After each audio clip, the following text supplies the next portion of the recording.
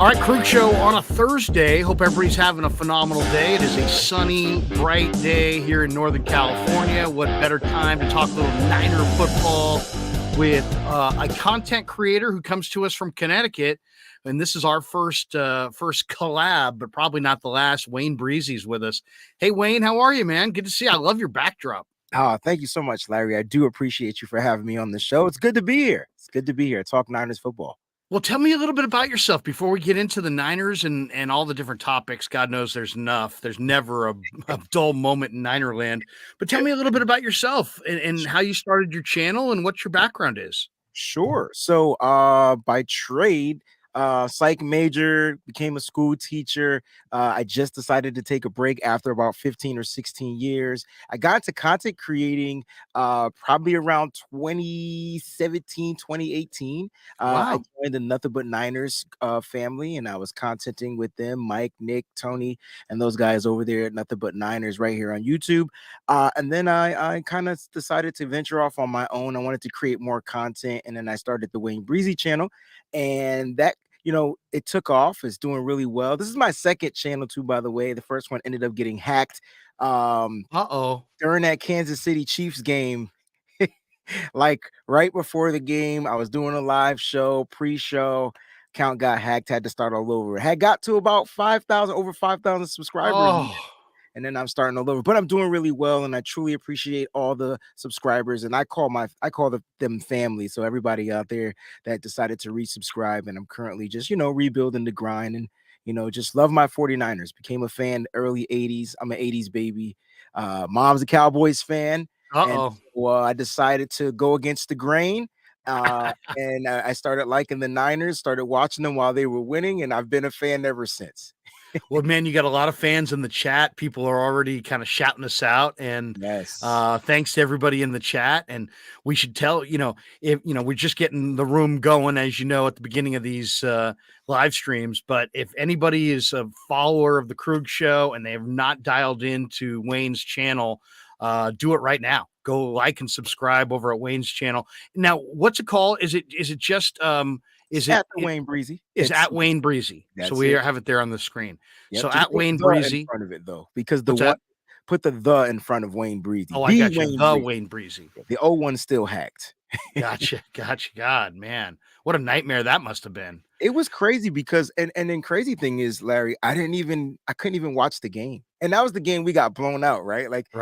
We were playing well, and then that second half came, and it was just like, and I was just so down. I think I cried on the air. Like, I didn't know what to do. Bomber T says, my two favorite content creators. Bomber T, yes. There you go. Eric Sully says, love both of you guys. Keep up the great work. Breezy. Thanks, E. Paul Hope from the UK. I don't know if you know Paul, but he says, know Paul. It's my brother. The Wayne Breezy.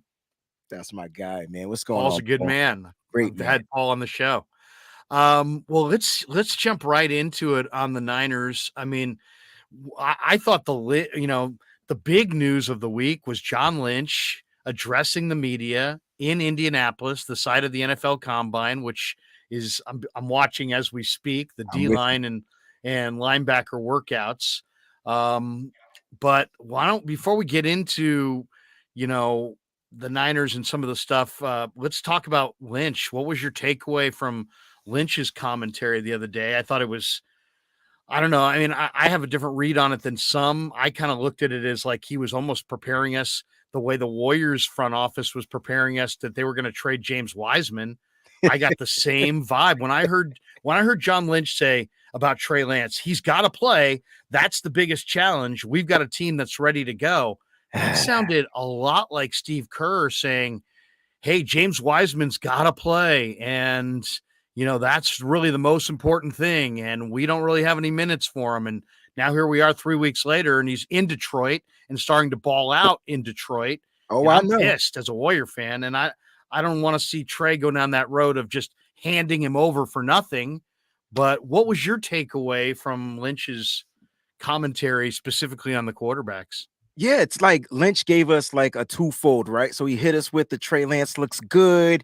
He's throwing. He's not 100%. I can't tell if he's 100% healthy on the ankle, but he looks really good out there. I can see it from my second floor office window.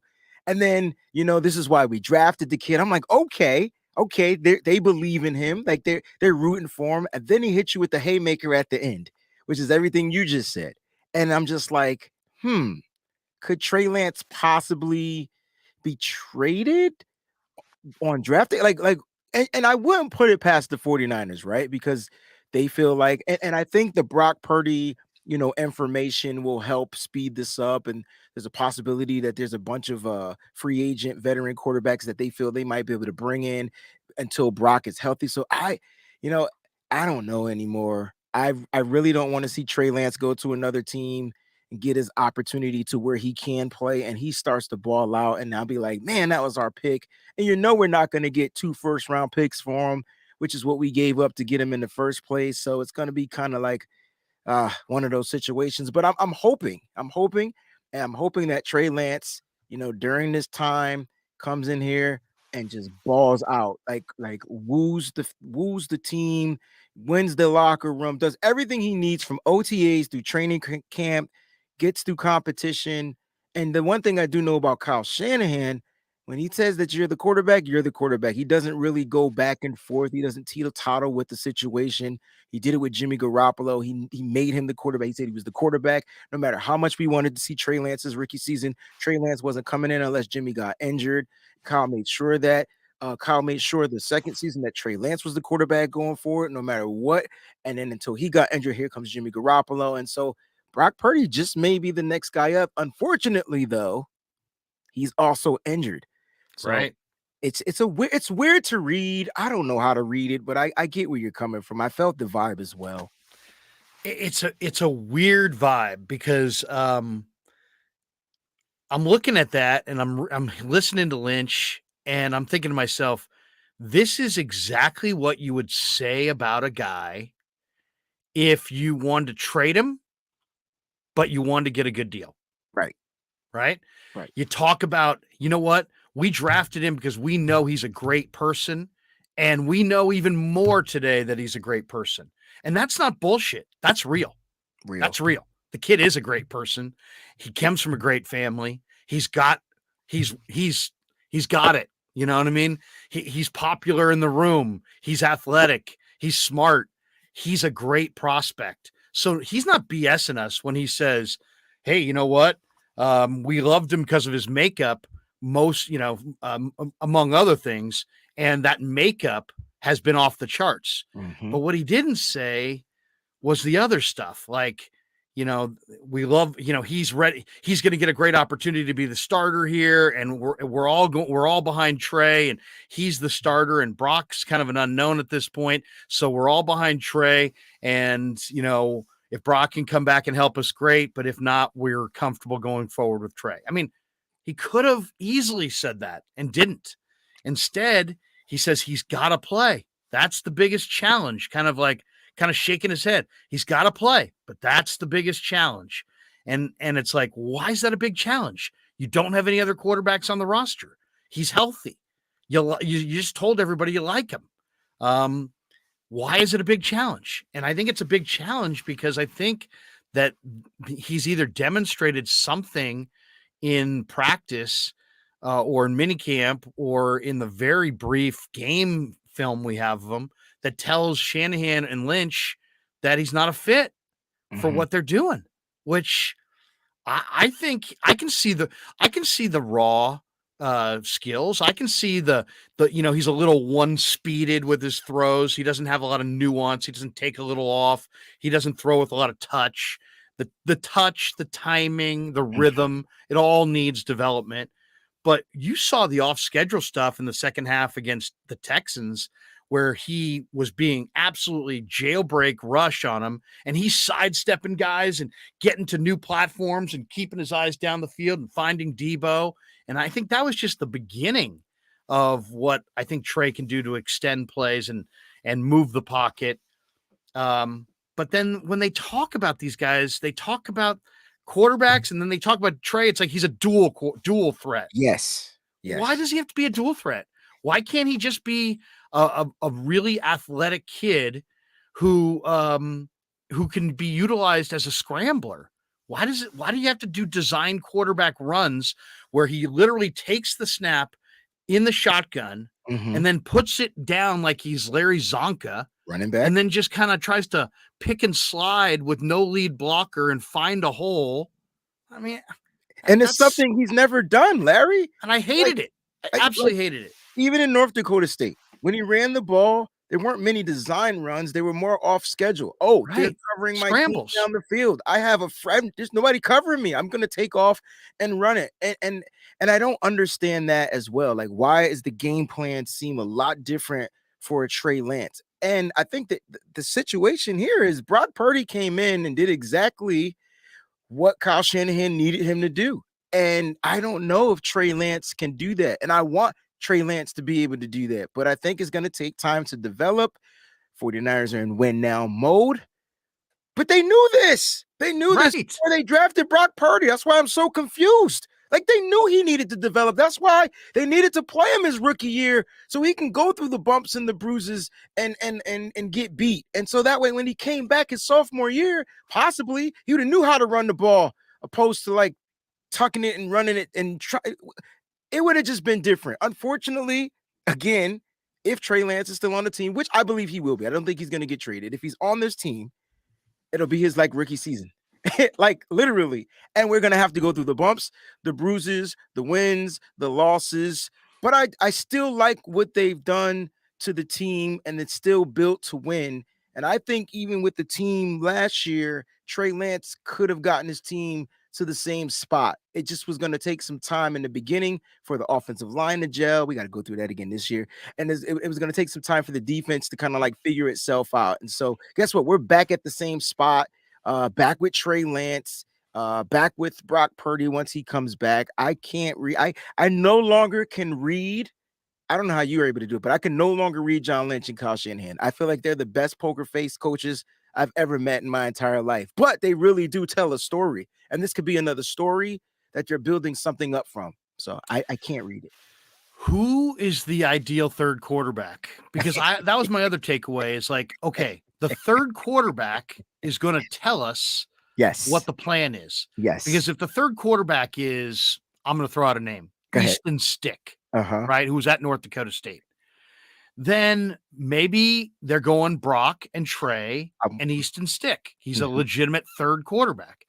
If the third quarterback is Matt Ryan, if the third quarterback's Marcus Mariota and somebody that good, like somebody who could start in the NFL theoretically, I think that we may see a trade of Trey on draft day to one of these dozen teams around the league that need a quarterback. And the one that I keep picturing is Tennessee with Rand Carthon. Yeah.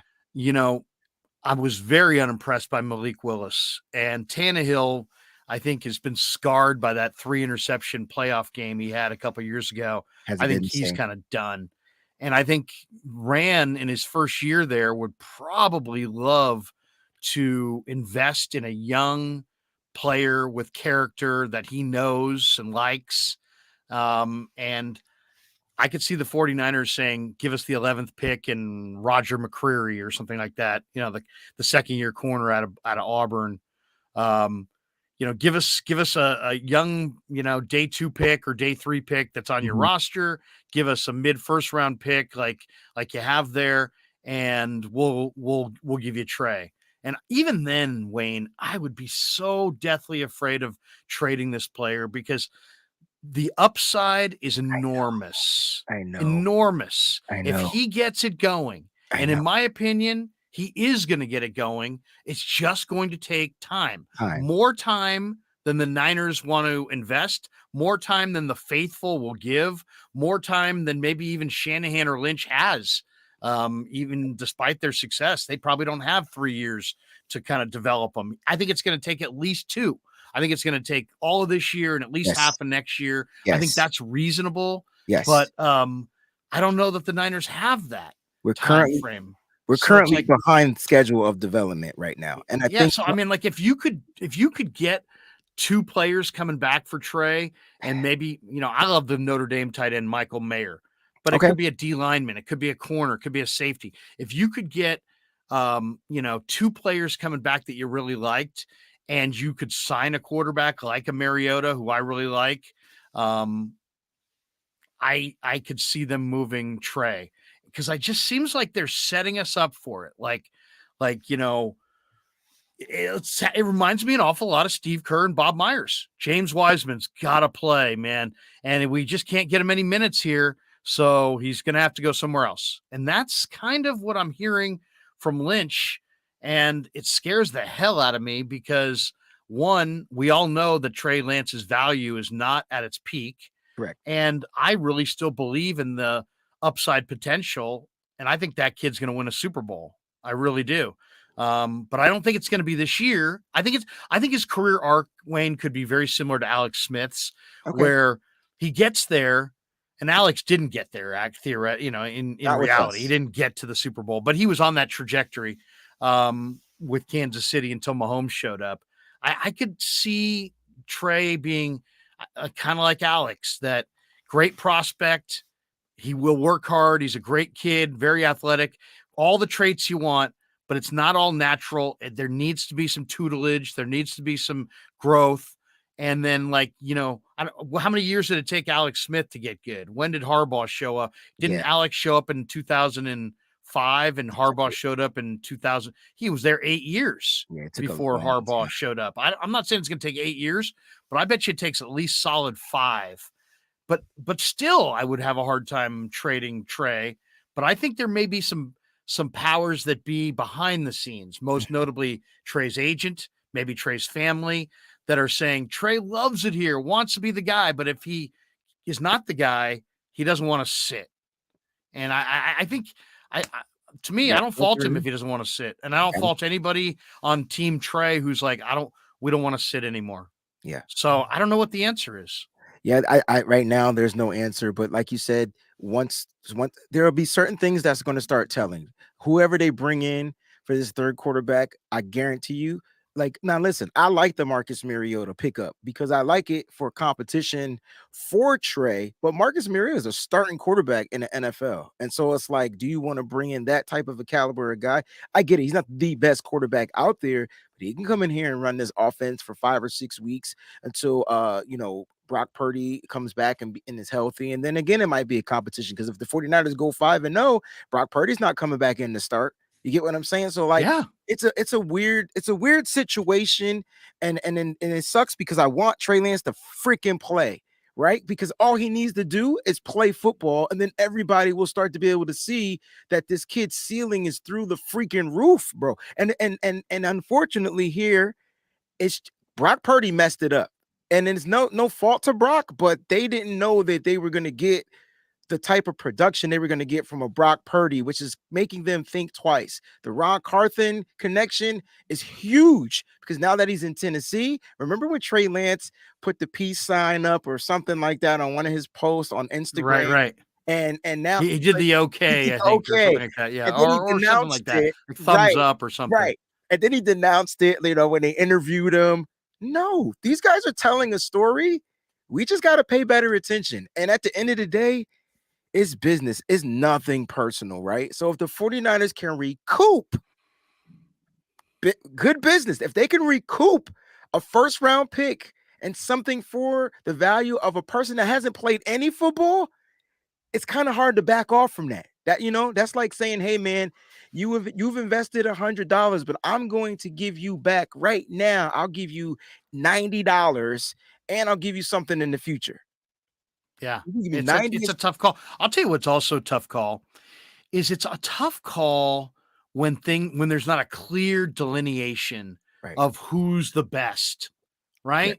Correct. And Brock played great. I think we would all acknowledge that. But now the elbow thing has clouded everything.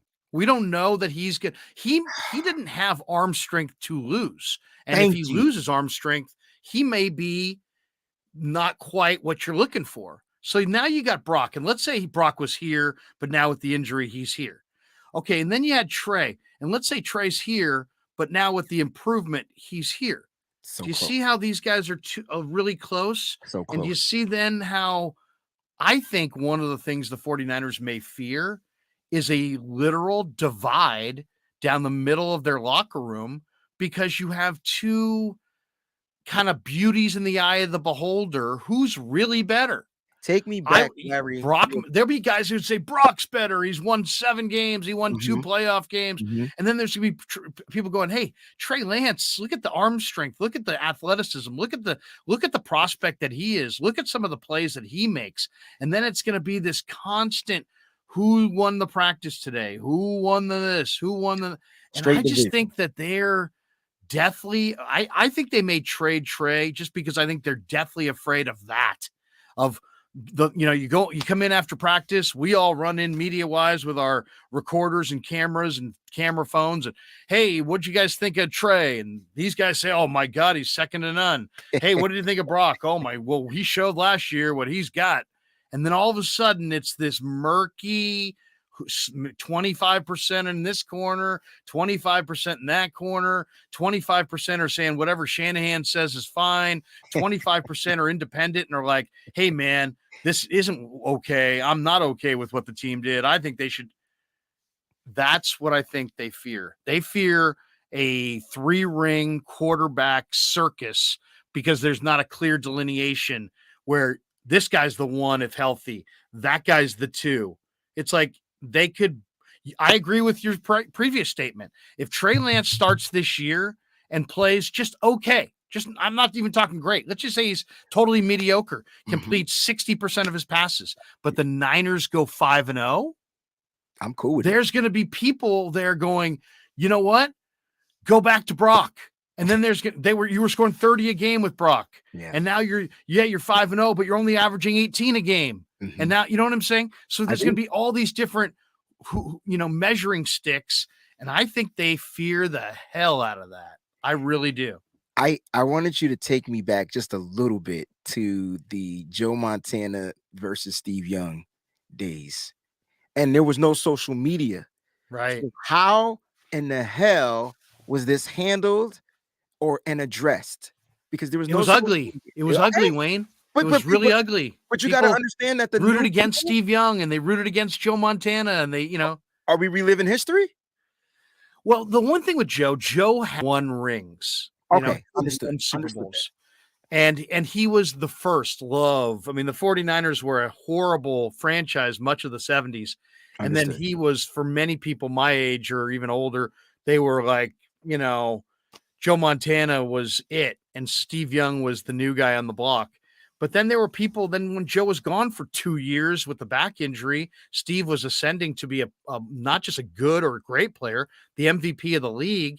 And yet there were people that still wanted to hand the job back to Joe, despite the fact that Young was the MVP of the league. So I get it. It's different. You never, it never. Yeah. I talk to Steve now, and Steve to this day doesn't feel like he's won over the entire fan base. Oh, he hasn't. How about that? It's tough. Isn't that amazing? It is. He won a Super Bowl. He's a Hall of Famer. It is. And it's unfortunate. So, I guess you can measure it. Brock got us to the championship game, and Trey hasn't played but 2. He hasn't played that many games. And so it's going to be tough. I hope they don't trade Trey Lance, but there's always a possibility. I'm glad you're putting it out there. I didn't want to be the only person putting it out there. I don't want people to think I want Trey Lance traded, but I do want the 49ers to win. And that's at the end of the day, I just want to win a Super Bowl. I'm 41 years old, haven't seen one since 1994, and then I got to go back to the 80s. So I would love to take my son to a parade within the next year. How about that? This upcoming year, I would love to take him to a parade. Yeah. There you go. You got 1 kid? I got 2 kids. My oldest son, he's a Patriots fan because he grew up on this side of the country. Sure. My baby, my 5-year-old, he's a Niner fan. Trust me. There you go. So I have 4 kids. I have a daughter and 3 sons, and they're all Niner fans. But my sister's family, she grew up all Niner fans. She lives in Farmington. Her kids, all Pats fans. It's just the era, yeah. The location in the era. They've seen a lot of winning football, both sides. One of the things that came up yesterday in a live stream I did with Jordan Elliott. Are you familiar with Jordan from Niners Nation? Yes, I am. I don't know if have you ever collabed with him at all, We or haven't collabed, but we've definitely talked off, off Twitter. okay, so he was on from Indy yesterday, and he was kind of pushing this idea. He kind of had the same takeaways that it sounded like Lynch may be preparing us for some kind of a trade involving Trey Lance.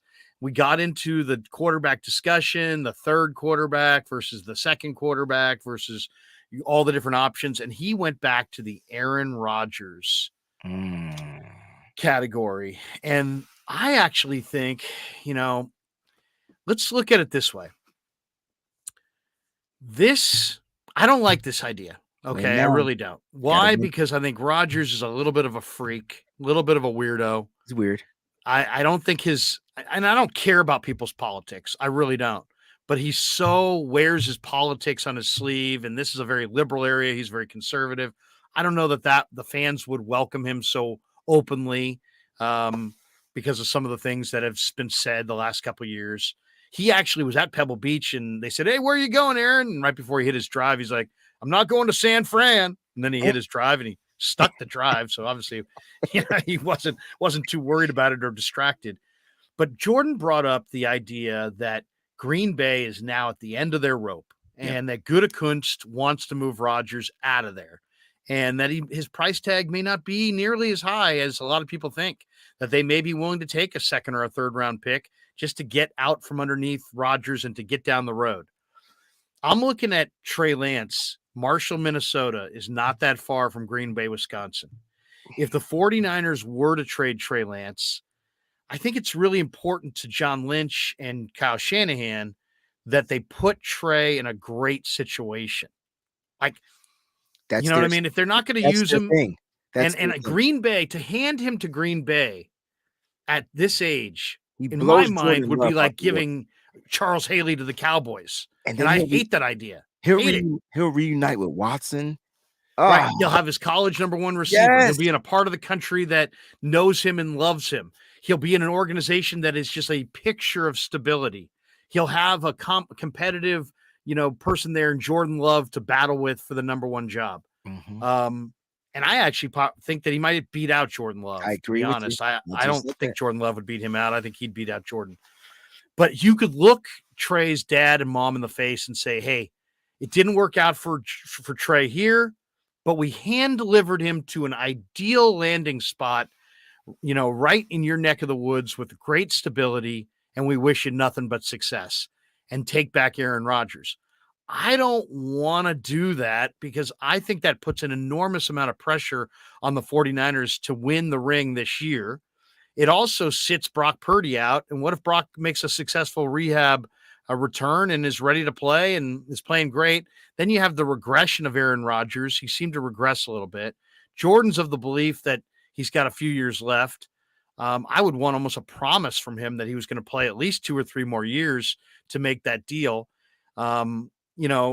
Jordan thought that maybe Lance would not be enough to make that deal on Green Bay's side. I look at it the other way. I think Rodgers may not be enough coming back to make that deal from the Niners' perspective when you factor in the age of the two players. So where would you be on that one? This is a really tough one because I get the feeling that John Lynch and Kyle Shanahan, despite having enormous success, I get the feeling, and then maybe it's just I've had nobody whisper to me, nobody knows, no sources at all, but I get the feeling that they're under a little bit more pressure from ownership to win that Lombardi trophy than any of us would reasonably expect. Look at the amount of money they're John paying. Lynch and Jed are really hardcore about, you have to get us that 6th ring. And so I think, and they also have their own personal goals and their own, Lynch, I think, would love to go back home. That would be my guess and spend more time with the family. But this is a goal. He's won a Super Bowl as a player. He's a Hall of Famer. I think he wants to win one as an executive. I think it will complete his NFL career. Largely the same for Shanahan, though I do see him coaching for many years to come. What's your read on that whole notion of Green Bay and the Niners getting together on a Trey Lance, Aaron Rodgers trade? Would you be in favor of it? Would you be against it? Is there, give me your breakdown on that. It's tough because I think you hit the nail on the head when you said if Rodgers comes, like how can we guarantee us a Super Bowl victory? Because that's the only way I would make this trade, because we would need to win this upcoming season in 2023. Now, I do believe the chances increase in winning the Super Bowl with an Aaron Rodgers, but you got to keep him healthy. It's a lot that goes into him winning here. I will say though, this, if he did come to San Francisco, he would have a much better year than he did in Green Bay, just because he has better weapons. I mean, he would have better every cast. a super cast. Even on defense, they'll be able to get the job done. They'll get him the ball back. He'll get the ball. Aaron Rodgers over the 50-yard line is money. We're not talking field goals. We're talking touchdowns. So it's like, that's what's selling me. But then it's all the other stuff. Like, what happens if something goes wrong? What happens if he gets hurt? Yeah.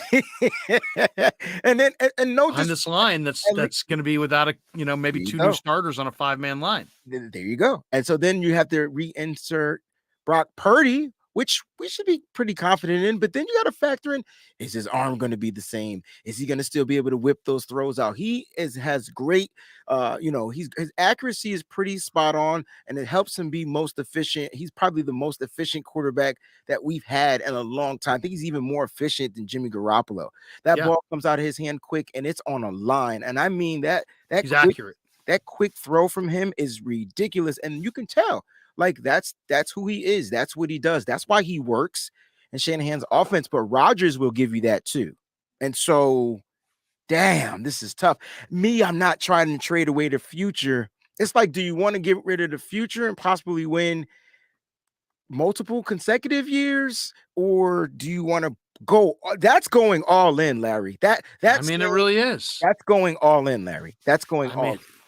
I actually think the way it would work out is, I really believe this. The Niners would get a ring. They would get a ring in the next couple of years with Rodgers. Lynch and Shanahan would be, made men in Niner land with Jed. They both would get extensions. Eventually, Aaron Rodgers, 2-3 years in, would ride off into the sunset. Yeah. And Trey Lance, though, I think is going to emerge as one of the best quarterbacks in the NFL in Green Bay. And I think he's going to win his own Super Bowl or two. And how will Niner fans respond then? It's a really, really tough call. But I just think I don't think the Niners would just trade Trey to trade him.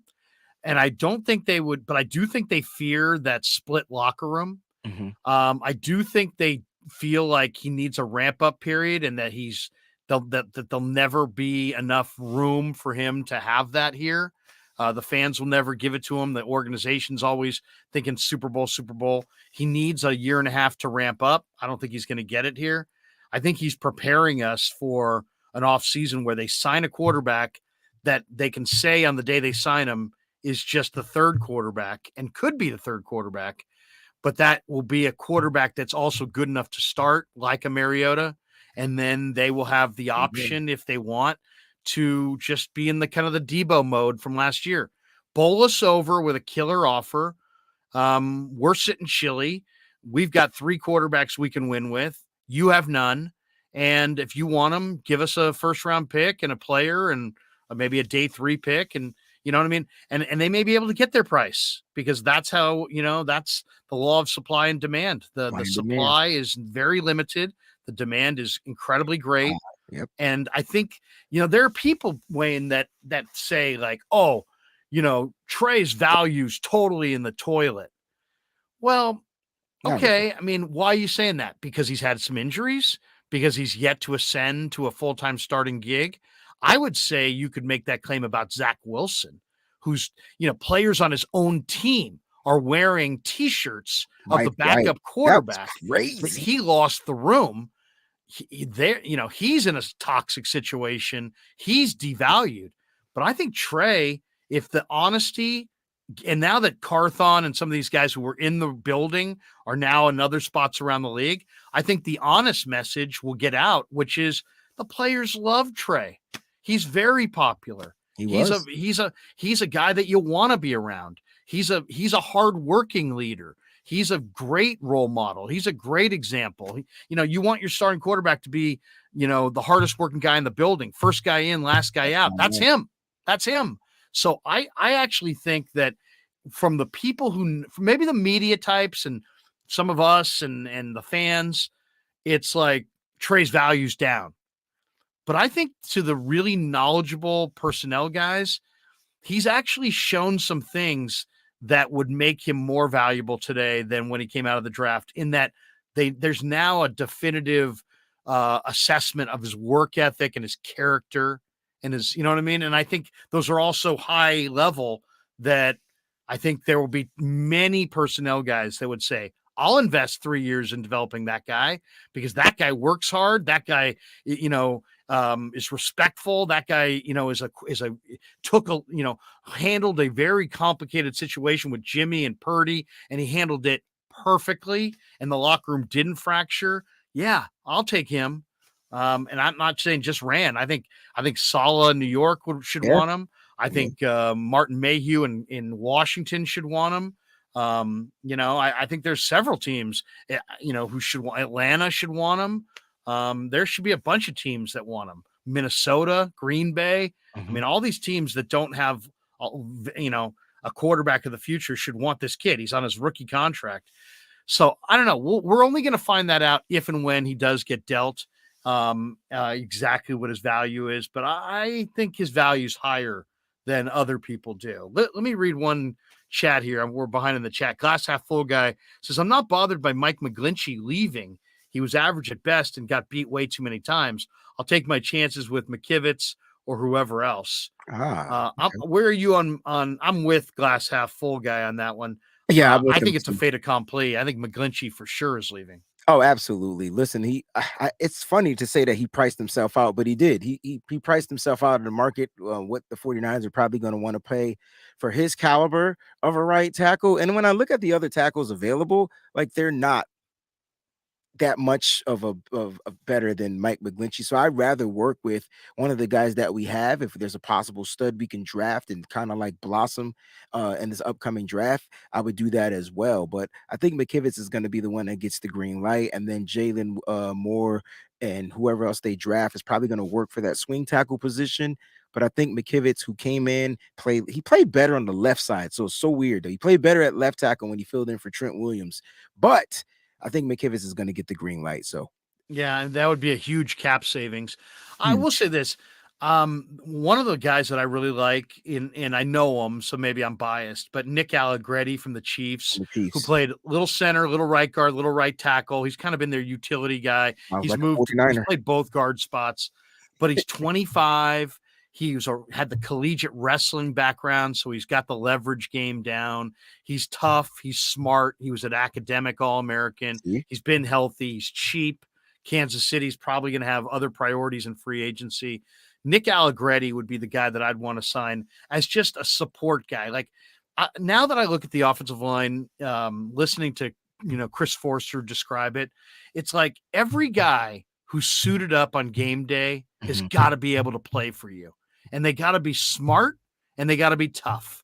And in this system, with Shanahan, with his myriad of formations and formation variation and all the different looks that they like to, the motions and the shifts, and there's a greater emphasis on intelligence for a Shanahan offensive lineman than some spots around the league.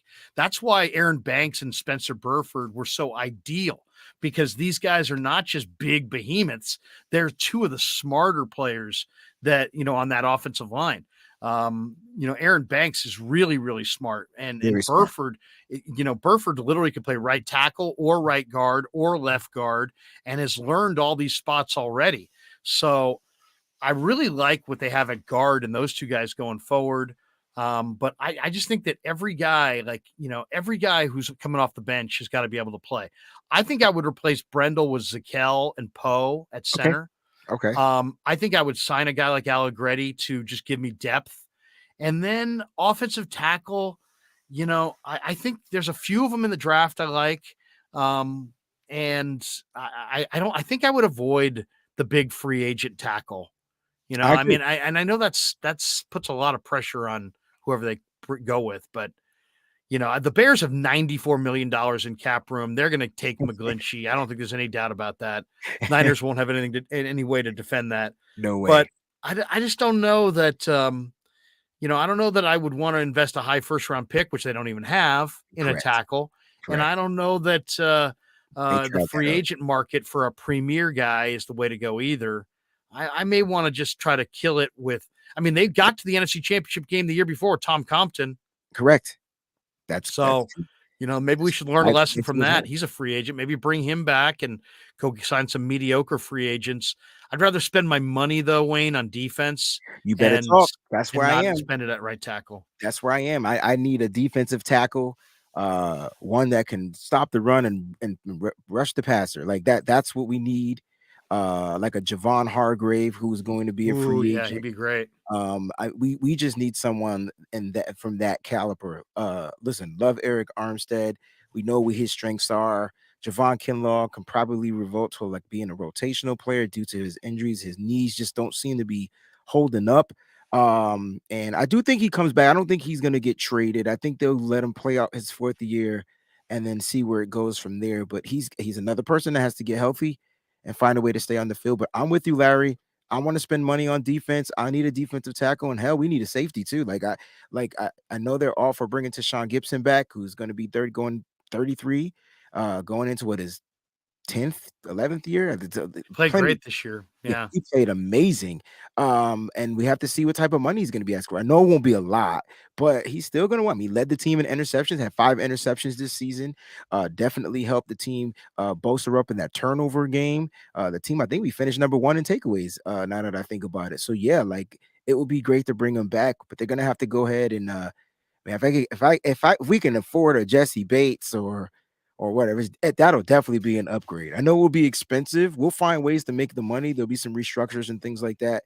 But I'm always build the defense. I'm always for building the defense. Start with the trenches, work your way back to that secondary. I'm always for building the defense. On the offensive side, you touched on it. I personally, though, I would go after a center. I would try to re-sign Jake Brendel, and if that works, cool.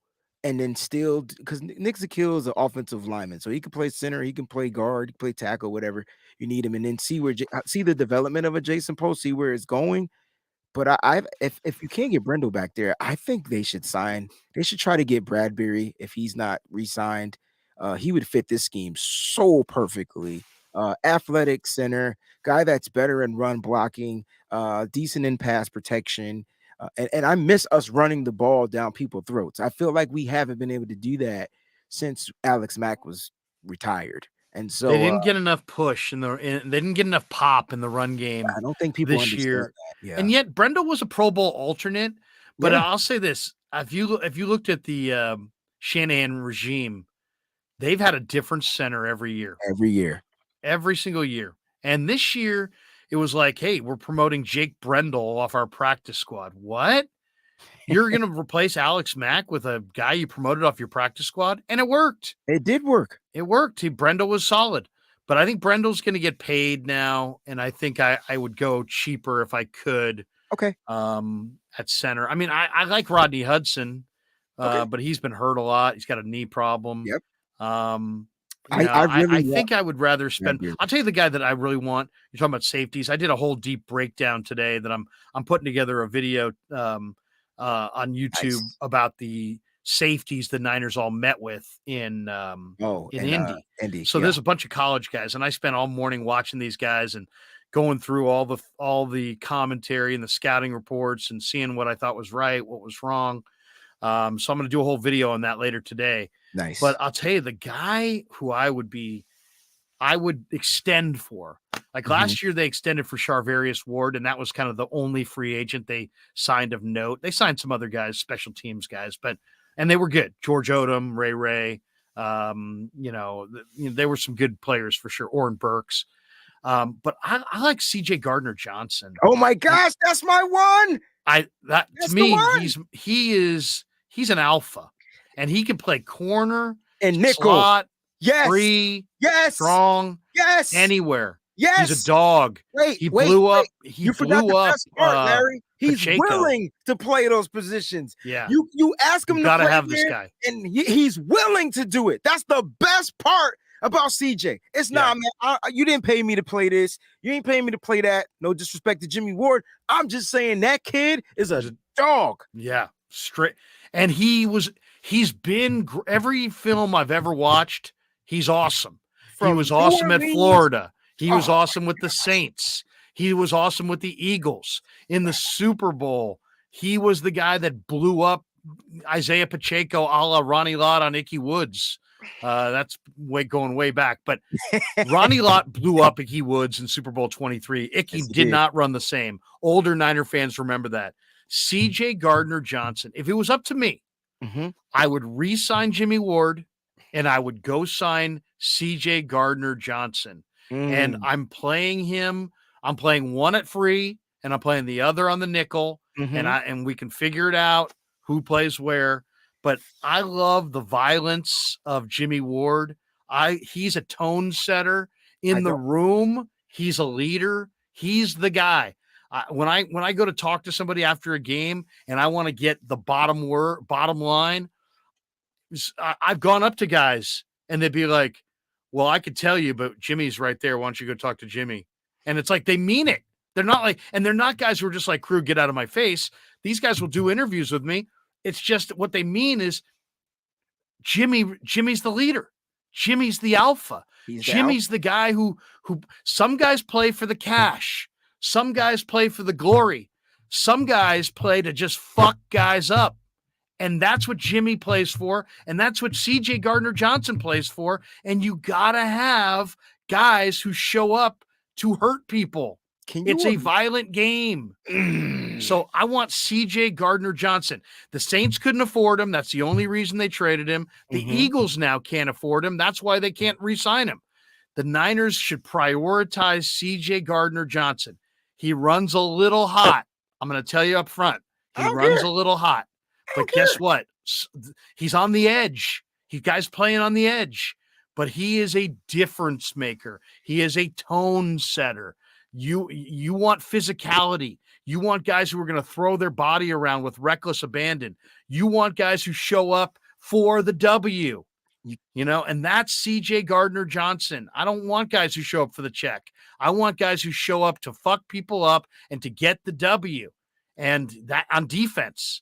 And that's what Jimmy's about. That's what CJ's about. I want them both. Well, this is not my show, but I want to thank everybody for that. That closes out. I have been advocating for him. Have you? Yes, that's the guy. You got to go watch the shows. I think I did. Were you saying something in the last 24 hours or 2 days about Mariota? Yeah, I said something about Mariota. Okay, so we're on the same page. We're on the same page. We're on the same page on Mariota. We're on the same page on CJ Gardner-Johnson. Difference maker, tone setter. That I just got a dog growl inside of my chest with the thought of him being here. I don't think he was franchise tagged. I know there were talks and reports about Philly trying to franchise. They ain't got no damn money. Right. So if they franchise tag him, it's going to be just how not Bell, Bates was in Cincinnati. It's going to be unhappy. It's not going to work. He's more physical than Bates. I mean, I like Bates. I saw Bates at Wake, and he was good at Wake, and he's good now. But he's more of a productive interceptor coverage player. Yes. Yeah. He's more. You're going to be safer with him. But he's not the DB that's going to separate somebody from the football. I don't think people are listening. If you bring CJ Johnson in, if you bring Chauncey Gardner-Johnson in here, remember, yes, he's a safety, but he can also play. He will play nickel. Jimmy doesn't want to play nickel. It's clear as day. If you can re-sign Jimmy, bring in CJ. I don't even think Jimmy doesn't want to play nickel. I think Jimmy doesn't want to be paid as a nickel. But that's it. Because you know what? I looked up the numbers, Wayne. The top nickel makes $9 million. Thank you. Jimmy's making $9 million. Gotcha. The top safety is Derwin James. He's making $18 million. Understood. So Jimmy's dreaming the $18 million dream. I would say sign both those guys, leave it kind of ambiguous whether they're safeties, and pay them both in between. Yeah. So don't pay him safety money. Don't give him 19. Yeah. But don't give him 9. Pay them both 12 and have them both. Yeah. and interchange them. Yeah. So now don't spend your money on this offensive line we were talking about. Or like, nah, bump that. We can No. work the offensive line. We've done it, right? I get it. It's not doesn't look like the best offensive lines we've seen. But listen, the continuity will tell you. Once our offensive line got going last year, they were tough. They were tough. They were really tough. I like that. I'm all about building the defense. Give me a defensive tackle. We good to go. And I think Drake Jackson comes in, starts opposite Oh, he'll Nick be Bosa. good. Yeah. Drake's gonna be fine. Drake's gonna Yes. be fine. I'll say this: I stood next to Drake. The one advantage I had this year was I actually was in the locker room. Drake, believe it or not, has still like a regular person's body. He don't have his man body yet. That's what you're trying to If say. you look at like Ebukam's a horse. I understand what you're saying. He's just ridiculous. He's just ripped everywhere, right? Yeah. If you look at a Menahue's kind of grown in. He was actually 270. Now he's down to 260. And he was incredible this year, but lean. But if you look at Drake is still got his like college body where he needs to lift in the upper body and put on some 10, 12 pounds of good upper body muscle mass. But he's got some things you cannot teach. Timing. He bats down passes. He plays with leverage. That's a gift. Even as an interior player, he played with leverage this year. I love me some Drake, and I think he's a great kid. Love the guy. If I could interview anybody on the team, that's the guy I want to talk to. He's such a cool guy. But also he's got bodybuilding to happen. It's going to happen. It happens to all players. None of these guys get smaller. They all get bigger, stronger, faster. He'll get bigger, stronger, faster. Zero concerns about him. But I'll say this. After watching the Super Bowl, my takeaway was a couple takeaways. One, the Niners have to adopt that Eagle rugby scrum short yardage play. There it is. Have to copy that. To copy that. Yep. That's one. Two, the Niners have to start going for it more on fourth down from like their own 40-yard line all the way to the goal line. Fourth and under 5, they got to go for it. It's a new analytics approach to the NFL. It puts a lot more pressure on a defense.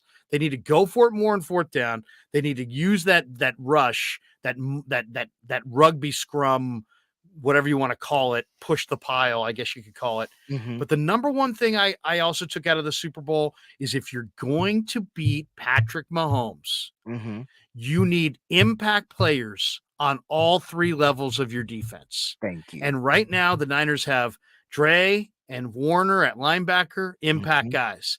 They got Armstead and Bosa up front. You could argue those guys could be impact guys. But CJ Gardner-Johnson is in that impact on the back end that I like Hufanga, but I don't think he's an impact guy. I like Mosley. If he's back, I'd love to have him back, but I think he's just solid.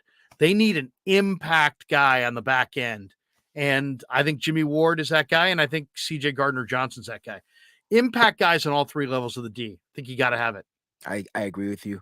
I've been talking about that all year long.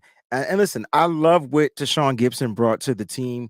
Like I said, led the team in interceptions. I love the energy that Hufanga played with, but there were many times he's had brain farts. Not saying he won't get better, but he has to get better in his angles and understanding communication. We know that's going to come. He did make All-Pro his sophomore year in the NFL. So it'll be good to have him, because if he can play freely like he wants to play, and you got the trust of those guys on the back end that you're talking about, if they can find a way to bring Jimmy Ward back here, and they can get Jimmy Ward to play whatever, but pay him that the defense will be solid. And I like Deommodore Lenoir at the number 2 right now. So I can see them not bringing back Emmanuel Mosley, even though Nick Bosa said that Mosley will be back. Paul Hope says, loving the hoodie, Breezy. Hey, man, go to twben.com/shop. Copy your Wayne Breezy hoodies, bro. Where'd you get the Niner flag that you're sitting in front of? So that's a Niner flag that I have created. I actually have one. I tell you what, I have one here packaged up. Text me your address. I'll send one out to you. Awesome, man. I'll hang that. That bad boy. That's great. Hey, man. I know you got to jump because I lost total track of time because we start getting into it, and I'm like, stop looking at the time. But hey, man, I just wanted to say thank you very much for coming on. I feel like we could chop it up on Niners all day and all night. And once they start to actually do things, Yes, sir. make transactions, signings, the draft rolls around, man, I would love to have you on the regular, stopping by on the Krug show. Thank you. And you still want me to stop by tomorrow at 11? Are you still, we're talking about doing? I thought that was next Friday. We can do next Friday. We'll do it next Friday. Next Friday for sure. That sounds good. And I'd love to have you on a regular. Maybe we could pick a day, or I know you do other collabs probably. And I don't know how many times a week do you stream? Is it regular, or is it variable week to week? Every Monday, Wednesday, and Friday, 11 a.m. Eastern Standard Time. So that's 8 a.m. your time. And then I'll do special setup shows to, accommodate your time and stuff like that. So it doesn't have to be 11. It could be 11 a.m. your time next week. And then, we'll go live. You know what I'm saying? So yeah, I just do my regular shows of that. And then I do at 7 p.m. Eastern Standard Time. It's called Nitty Gritty Niners. That's the show where I have the crew up there. Peachy, Mose, Fair. It's 4 of us. And we just give it to you raw, man. We just talk about the 49ers and we just don't hold it back. It's just what it is.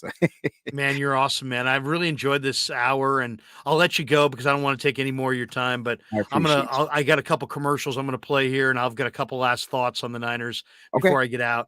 But Wayne, great stuff, man. Next week on your channel, and let's do this, man. Let's do it weekly.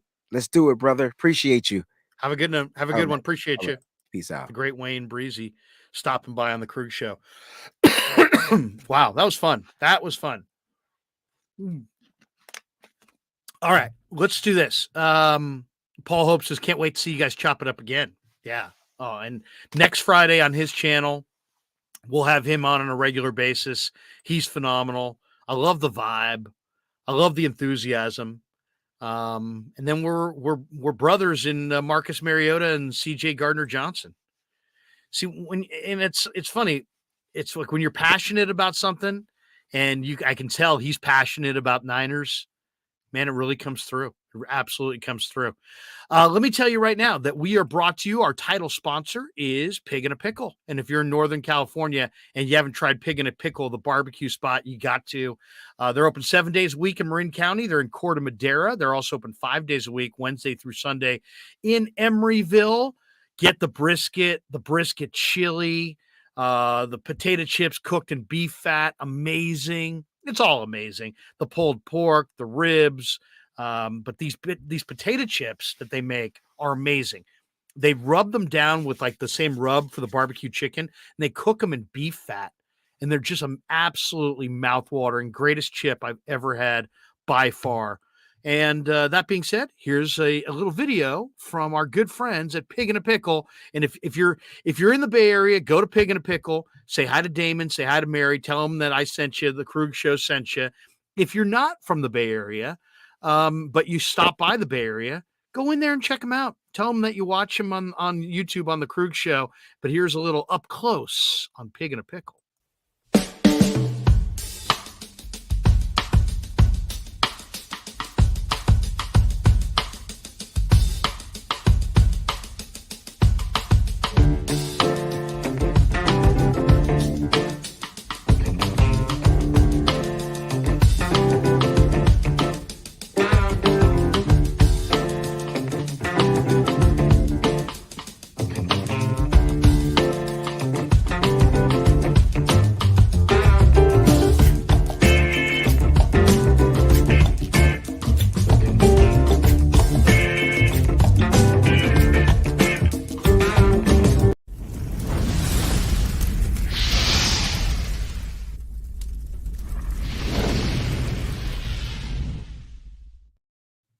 Also, big thanks to Casey Bateman and the good people at Telmetrics for being a sponsor of the show today. If you're an occupational therapist or an orthopedic surgeon, Telmetrics is designed for you to use in your practice. If you're a weekend warrior, you hurt your shoulder and you haven't seen the doctor and you're trying to rehab it at home by yourself and you need some help, Telmetrics.co, Telmetrix.co. And here's another word from our sponsor, Telmetrics.co.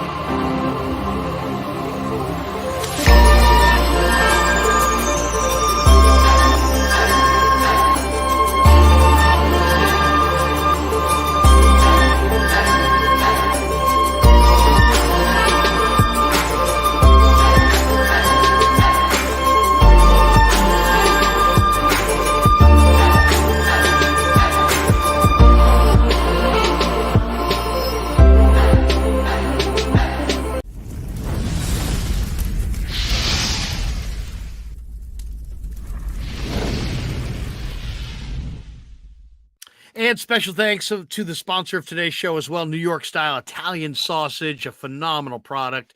Man, if you love Italian mild, Italian spicy, chorizo, New York Style Italian Sausage, often imitated, never equaled. And here's a word from New York Style Italian Sausage Company. So New York Style Sausage was started over 70 years ago. We are the largest producer of fresh Italian sausage on the West Coast. What makes our sausage in New York style is really the recipe came from back east, from New York, from Connecticut. If you look at all of our labels, there's maximum 4 or 5 ingredients, which we're really proud of. There's no preservatives, no MSG, fresh in, fresh out. The pork comes in fresh, goes out fresh. There's never any freezing throughout the process. We've always used fine quality cuts. We're never going to deter from that. It's one of the reasons why our sausage is so good. I guarantee you put our sausage up against anybody else's from a flavor standpoint, no one will beat it, hands down. Hey, do yourself a favor and do me a favor. Go buy a package of the New York style Italian sausage. Guaranteed you will love it. Guaranteed.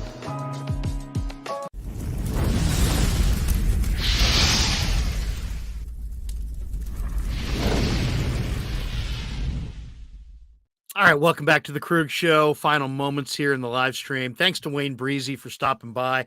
Thanks to everybody in the chat. We are at 14,652 subs as we're closing in on our 1-year anniversary. Literally 1 year ago next week. We are 1 week away from our 1-year anniversary of starting this channel. And we're at 14,652 subs. So I just want to thank all of you guys. I've been loving it, loving being in the YouTube space, loving the flexibility of being able to talk to who I want, when I want, about what I want all the time. And I hope you guys are enjoying the content. So if you want to help out the show, hit like and subscribe. The like just helps people find us in the algorithm. Subscribe will and click that, that notification bell. Every time that we go live, like we did this morning with, or this afternoon with Wayne, you'll get a notification. Hey, Larry's going live. So we appreciate everybody who subs. And then, of course, we have our channel members. Thanks to them as well. They pay $4.99 a month, and we've got a number of them, and they get special content that nobody else gets. But we do appreciate them quite a bit.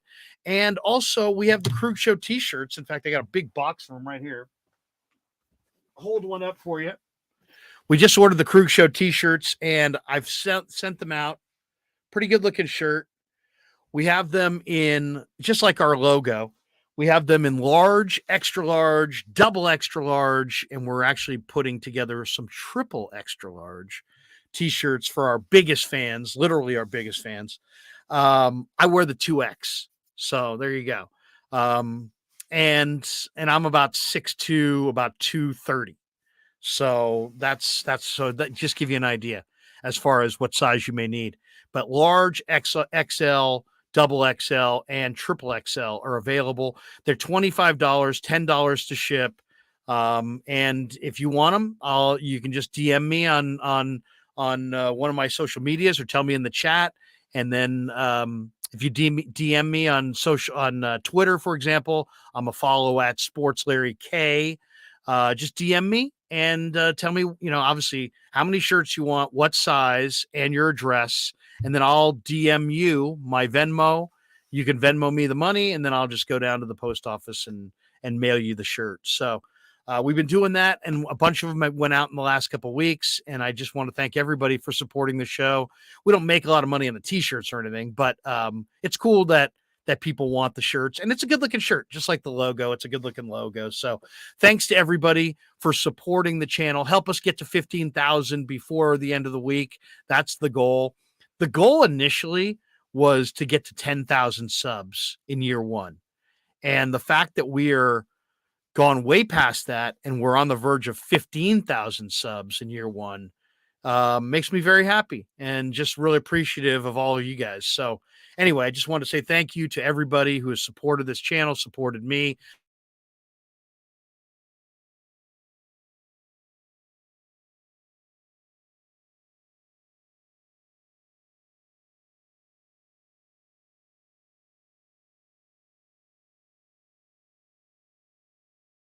There we go. Unmuted. I got to get a new mic, by the way. I've got the Blue Yeti mic, and it's just okay. I got to upgrade my mic game. I may do that today. I may just, I had my mic and my headphones stolen. So believe it or not, I'm gonna have. That's why I'm going with the earbuds, and I've got the Blue Yeti still going. But I will upgrade my mic. I'm going to upgrade my earphones. I think I may do that today, actually. Why not? Let's head over to Best Buy and let's make it a reality. But let's hit the chat real quick and see what people have to say before we bolt for the door. Oh, as far as the rest of today on the channel, because we've been teasing, we always do this at the end of the day. We always tell people what we have coming up either later that day or the next day on the channel. So today we are going to do the great Vish Kumaran is going to join us right around 5:30 Pacific. Maybe 6, right around there, 5:30 or 6 Pacific. Vish will be by. We were on his channel Tuesday night. He'll join us tonight on our channel. Also tonight, Warriors take on the Clippers. I don't just talk Niners. I talk little Warriors and Giants as well. So we'll come on for a little post-game live stream with Dan and Ryan and hopefully Red and Cy and all the boys after Warriors Clips tonight. So tune us in later today for Vish stopping by talking more Niners. Also, I've got a brand new video that I'm putting out today or tomorrow. Look for it. It's on all the safeties, all the rookie safeties that the 49ers are talking to. I'm going to tell you all about them, their pros, their cons, what I like about them, what I don't like about them, which of those safeties I would draft, which of those safeties I would stay away from, which I think are good value, which are bad value. So we'll get into now that we know some of those. The Niners went to Indy, and they're talking to a lot of safeties. And what does that tell you? It tells you that Tayshaun Gibson's a free agent. Jimmy Ward's a free agent. They've got 3 third-round picks. They have no 1, no 2. But they are going to look for a safety in that 3rd round. You can almost bank on it. And there's a bunch of good ones. So I'll break it all down in a video, and you can check that out at the Krueger Show on YouTube. Okay, let's see what Jets Gang says. He says Lance is on a win now team. Can't beat the Bears. LOL, horrible. Well, I mean, the Bear game was a quagmire in the second half. I don't blame him for that at all. I mean, he hasn't played a lot. He just has not played a lot. And that was the early part of the year, pre-Christian McCaffrey. I don't know that you could take a lot away from that game. And that's really the hard part, is that it's really hard to draw any conclusions on Trey Lance. That first game plan was horrible against Arizona, where Shanahan just ran him up the gut constantly. He had 16 runs in the game. I think 9 of them were designed. Didn't like that game plan at all. Then there was the Houston game, and that was impressive if you think about it. They had to win that game, and they didn't have a very good first half offensively. Second half, though, Trey made plays, and it's like he just became a football player. He was running around, he was making plays, and I think that's how he's going to develop. I thought that was his best game. Then he had the quagmire game against the Bears. He made some nice throws. They didn't score a lot of points. Of course, anybody who had the lead in the second half was going to win that game. The Bears had the lead. They won. Then he got knocked out. He got knocked out in that next game against Seattle, and that was it. That was it. And we haven't seen him since. And so it's just too small of a sample size to really say exactly what Trey is. But I get the sense from listening to Lynch that they are going to go get another quarterback. That other quarterback's not going to be a number 3. It's going to be a number 2 or a borderline number 1. And then they're going to have Brock have his surgery, which will be sometime next week. And then they're going to get indications how he's recovering off that surgery. And if they get that quarterback signed and Brock's recovering well off that surgery, and it's April, and Rand Carthon comes offering the 11th pick in the draft, I think Lynch is going to pull the trigger. I really do. I think they're going to move Trey Lance. That's the read I got, and that's my read on it. If I'm wrong, I'm wrong, but that's my read on what I'm hearing. We got this one from Jets Gang. I'd bet money Trey couldn't beat Houston now with players. I don't know what, 49er minded. Lance hate is ridiculous. I don't think anybody's has Lance hate. Yeah, I will say this though. If you're hating on Trey Lance, that is ridiculous. That is absolutely ridiculous. That's like standing outside the nursery in a hospital heckling the newborns. You're never going to amount to anything. You're all wrapped up. You can't even crawl. I mean, seriously, that's pretty much the equivalent. I mean, he's a newbie. He hasn't even played enough where you could rip him. CJ Gray says, LOL, you are really enjoying arguing for Wilson. The whole team was wearing Mike White shirts. Yeah. Yeah. I mean, he's talking about Jets gang who's saying, hey, Zach, on the other hand, had actually beat Josh Allen and Rodgers. Yeah. But Zach Allen, the entire team went with the backup quarterback and wore Mike White jerseys. I mean, that he lost the room there. Jets gang says Lance is more of a bust than Zach. Oh, I don't think so at all. Lance has yet to play. Zach,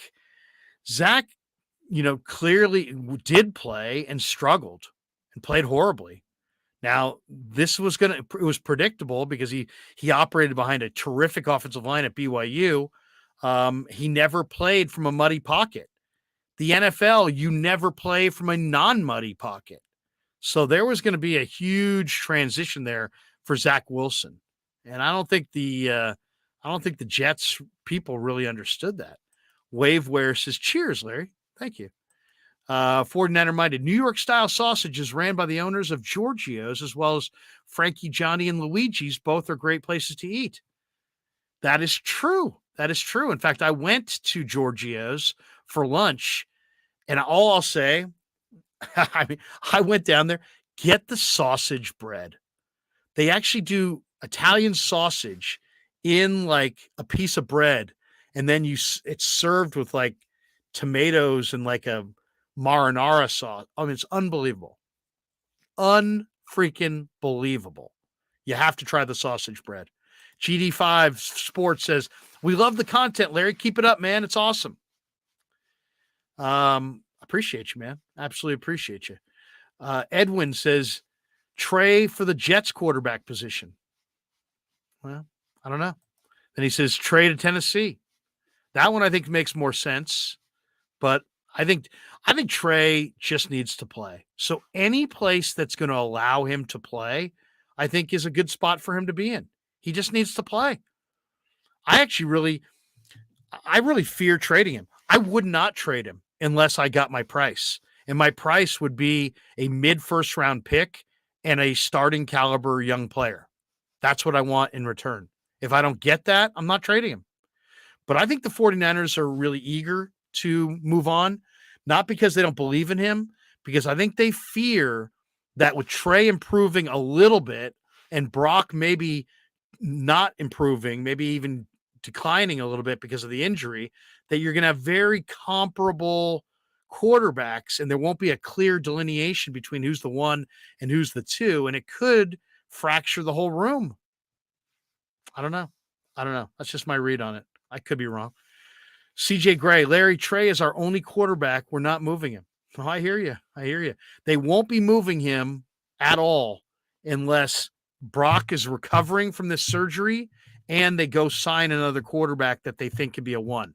But I will say this, if they go sign a third quarterback and that third quarterback is more like a starter or a number two, then to me, the handwriting's on the wall and Trey will get dealt during the draft. I think Lynch said my read on Lynch is he said everything he said about Trey. He didn't lie. He complimented him as a person and his ethics and his humanity and what he is as a leader and his makeup and his what he is as a person. He complimented that because he wanted to. He didn't compliment his throwing or his running or his play because he didn't want to. And he made it seem like it was a problem that Trey needs to play, despite the fact, as CJ just said, Trey is the only quarterback the team has. And yet Lynch made it seem like a problem to play him. So what does that tell you? It tells you that, yeah, they need somebody who can play now, and they don't feel like Trey can play now, or at least not at the level that they need him to play at now. That's my read. That's my read on it. I'm really eager to see what Vish says about it tonight. I'm really eager to see tomorrow. Ryan Hensley's going to join me on my channel. Grant Cohn's going to join me. I'm going to join Grant on his channel, I should say, tomorrow afternoon. And I'm eager to see what those two gentlemen have to say about John Lynch and what Lynch, revealed at the combine. To me, it really sounded like he was talking to other general managers. Like he was talking to the media and indirectly to all of us. But in reality, didn't it sound like he was talking to general managers? We love this kid. This kid's great. In fact, we really believe in him as a player and as a person, and we love his makeup. But he needs to play. And we're in a go now mode. And those two timelines don't jive. And that's the only reason GM blankety blank that he's available. In a normal world, he wouldn't be available, GM blankety blank. But he's available because we need to win now, and he needs to play and develop now, and we can't develop him while we're trying to win. And we tried it, and it's not working. So that's why, that's why you're getting this sweetheart of a deal on this young quarterback who's a great kid, because we just can't play him, and we can't develop him, and it's not fair to him to sit, and we don't want to hurt him, and we want to send him to you because we want to send him to a good situation because we like him and we like his family. And so, Rand, we're going to send him to you because you got a great situation. Or Gutekunst, we're going to send him to you because, man, Green Bay is a great situation. So that's my read on it. We'll see. We'll see. All I got to say for any trade and any deal involving Trey Lance, you better get something good because he's going to be good on the back end and you're going to look really, really bad. So, CJ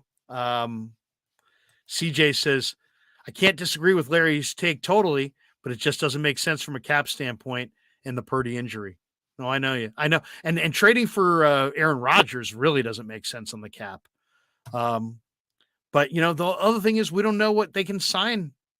If let's say they wanted Marcus Mariota. He played for $9 million this year or $8 million. What could they get him for? 5? 3, 4, 5, somewhere in that range. Maybe if you got Purdy on a rookie deal and you got Mariota for 4 or 5 million, there you go. And there's your cap sense right there. It makes sense there. But Trey's got value because he is still on that rookie contract. GD5 says Trey's basically the James Wiseman of the Niners. He needs reps to improve, but the Niners need a guy that can lead this roster right now, not in 2 to 3 years. Bingo. That's it right there. That's it in a nutshell. All right, that's going to do it for us on this live stream. Thanks to all of you. Thanks to our sponsors. Make sure you hit Pig in a Pickle. Check out tellmetrics.co. And, of course, New York style Italian sausage. Thanks to all of our sponsors. Thanks to all of you in the chat. And have a great rest of your day. Until later today, we're out. Yeah, never met a man I've been scared of. Careful, you gon' get exactly what you asked for. Here for whatever you bring me, getting handled. I answer to no one, I don't need to have.